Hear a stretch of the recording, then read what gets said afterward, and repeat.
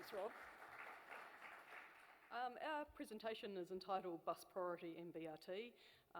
Bus rapid transit is pretty small fry in New Zealand, so I'll go through reasonably quickly because I'm sure we're actually all wanting to hear more about Seoul and Malaysia's experience. Just in terms, oops, get this working. In terms of outline, I'm just going to look at Auckland, Wellington and Christchurch and what's happening there in terms of BRT and bus priority, and then look at bus priority giveaway research that we've actually undertaken, which is preparation for a land transport rule change. Our current investment is about $14 billion over the next 3 years, and as I mentioned before, about $2 billion is going into public transport infrastructure and services. So you can see over the last few years, public transport usage has been increasing, and most significantly, that blue line down the bottom is Auckland. So at the moment, public transport's about 50% in Auckland of public transport in New Zealand, and it's actually growing in all the centres. So Auckland, PT was in severe decline. We had motorway and car development since the 1950s, and the trams were taken out. So its lowest point was reached in the 1990s, particularly heightened by cheap imports of vehicles. From the late 1990s to now, public transport investment grew, and so consequently did patronage. We're going to look at the Northern Busway, the success story, and the extensions that we currently have planned, and the extension of bus lanes and bus priority strategy in the rest of Auckland. So the Northern Busway is 6.2 kilometres, segregated two-lane busway north of the Harbour Bridge, where the buses actually merge back into the traffic on the Harbour Bridge. When a decision was made by then Transit New Zealand, which was the Motorway Authority, State Highway Agency, it was seen as a potential white elephant. No one would use the services. And consequently, all the analysis totally underestimated patronage. The red line is actual patronage, and it has continued to grow, and the blue line was what the estimation would be. So by 2012, the busway started in 2008. By 2012, the patronage had actually doubled from what would have been forecast. And it's continuing to grow. And with new dedicated park and ride facilities, it's a lot more attractive. Certainly, people I know who've shifted to Auckland deliberately go and live on the North Shore so they can access the busway. So what next? We've got some double-decker buses going on the surface, on the routes, and they'll be growing. We're looking at an extra station as well. And as part of a major highway improvement project, accelerated project in Auckland, is looking at the merger of State Highway 1, which is alongside the busway, and State Highway 17, which joins and goes off to the northwest, actually looking at putting in additional bus lanes to join up to Albany. So we're actually seeing combining now of motorway projects with bus transport. As I mentioned, they're looking at an additional station, and that will be in the route, and considering what site selections will generate the most patronage benefits. I'm just going to skip over these two. In terms of bus priority, actually have a plan now. This has been undertaken on an ad hoc basis up until now, but there's more recognition that a planned and coordinated approach. So using the evidence base from the real-time and from the HOP ticketing information has really looked at where the buses are delayed on the network and putting together the best plan to actually improve journey time reliability, increase patronage and improve value for money across the Auckland network. I'll just skip through that. So there's actually a whole plan that's looking at the Auckland network to invest a lot more to improve those travel times and to address some of the Generation Y about having reliable services, increased frequency. So in the current program, there's only 18 kilometres of new bus lanes going to be implemented. Most of them are in the city district area because the planning is underway for the city rail link. In the next 2 years of the program, so it's about $11.4 million from 2016 to 2018, and they're looking at 30 frequent corridors to be investigated, 20 other minor efficiency projects, and an additional 27 kilometres of bus lanes. So overall, that's 45 kilometres of new bus lanes being implemented in the next 3 years.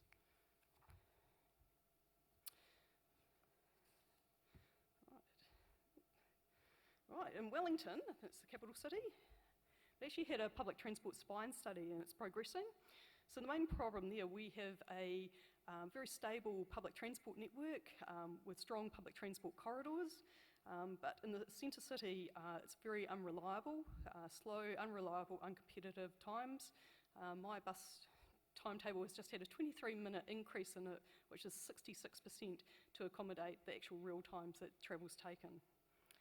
There's major traffic congestions, and a lot of it is actually bus connections, as buses from the north travel right through to the south of the CBD, and buses from the south travel right through to the north, and people spot empty buses all the way. There's constrained economic growth and productivity, and the short-term nature of investment has also hampered delivery of a decent public transport network.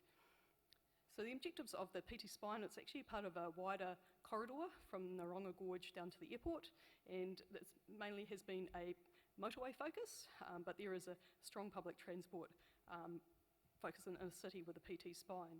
So it's looking to improve access into and out of the CBD and improve the mode share and patronage. So buses are a key focus in the Wellington transport network. Travel by bus into the CBD is about 67.2%. And as I mentioned, there's huge congestion, looking currently about 231 buses per hour, and with the more efficient network that the public transport spine will enable, looking to reduce that to down to 140 to 160 buses, but more fully utilised. So a number of routes and another number of methods were looked at, and just an important feature of it is how it will actually fit with the, the rest of the public transport network. So it's not only the services in the city along the spine, but also services right from the north to the south and east to west going through that spine, a bit like the Brisbane busways. We're still touring.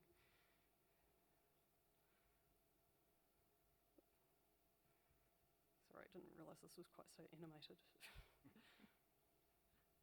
Oops. Right, so Bus Rapid Transit and Bus Priority were the two main preferred options. It may end up being a bus Rapid Transit Lite, and we're just into the more detailed business case study of what will be the final product, and of course fleet choice will also be an important component of that.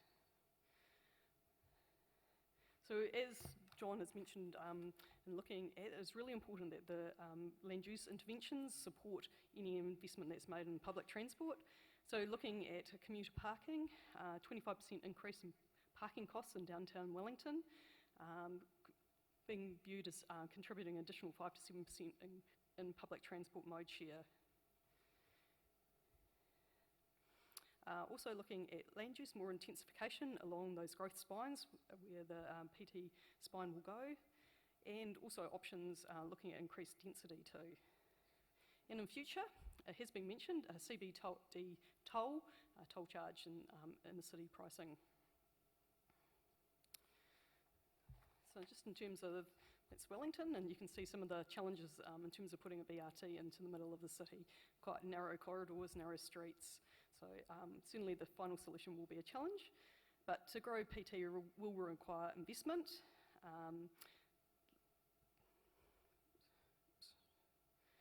Light rail transport was looked at, but it has such high costs, probably 5 times more than a bus rapid transit system, for not too many more additional benefits. It's technically feasible to build all the options, but there would be significant property impacts from a bus rapid transit or a LRT along that corridor. So as I mentioned, the next stage is a detailed business case. So looking to have this operational in sort of around about 10 years' time. Christchurch, Bus Priority has been part of the city rebuild since the major earthquake in 2011. One of the first major Developments in the inner city area, which was totally decimated by the earthquake, has been the picture there, which is the new Christchurch bus interchange, $50 million project, which is now actually a hub for the central business area and a lot more life coming back to the city. So some of the issues there with the earthquake, where there had been a high CBD focus for employment, a lot of that moved out to the western area, out near the airport, and consequently people started using cars rather than 2 bus trips. So there's been a major change in travel patterns as businesses are now starting to move back into the inner city, looking to shore up the public transport support of that. With all the demolition that has occurred, a lot of the bus travel and the bus lanes wasn't actually used. As we can see here, there's a bus travelling not in the bus lane. So it's actually reinforcing getting back those lifeline arteries of the bus lanes and actually making that happen. So one of the major developments has been along Riccarton Road, which is the main arterial to the west of the city, and taking the opportunity with such changes in patterns to actually give bus priority there. So there's plan for a waiting lounge. It's a main terminal point with a lot of hubbing of services through there, and to actually put in 24/7 bus priority, which hasn't existed before. And as you can imagine, there's been a lot of opposition. A lot of the retailers along there think cars buy things, not actually people. So it has been an ongoing battle for people of Christchurch. Right, and just lastly, I was going to talk about our bus priority research. At the moment, we don't have a bus give way law in New Zealand. There's a picture of Christchurch and it has stickers on the back of some of the buses, and it's a courtesy situation. Buses don't have any right of way at all when they're trying to pull out of the traffic, and we're wanting to make a case for potential law change, so we need to build our evidence base for that. So we undertook, first of all, we examined general driver attitudes, and interestingly, just about every group that we spoke to, including cyclists, the AA, the truckies, and they actually didn't think it would increase safety risk by actually allowing buses to have priority over other general traffic. We were looking for the benefits of the trade-off between the economic benefits, the efficiencies on the bus network versus any safety disbenefits and delays to general traffic. So we undertook series of focus groups also with the drivers and with other groups to understand their attitudes to a change of law, and we undertook video surveillance in Auckland and Christchurch on some of the major stops and just of the delays that the bus vehicles were facing getting out into traffic. We also had an engineer sit on board and travel on some of the routes, and for them to double check and look at the time delays experienced.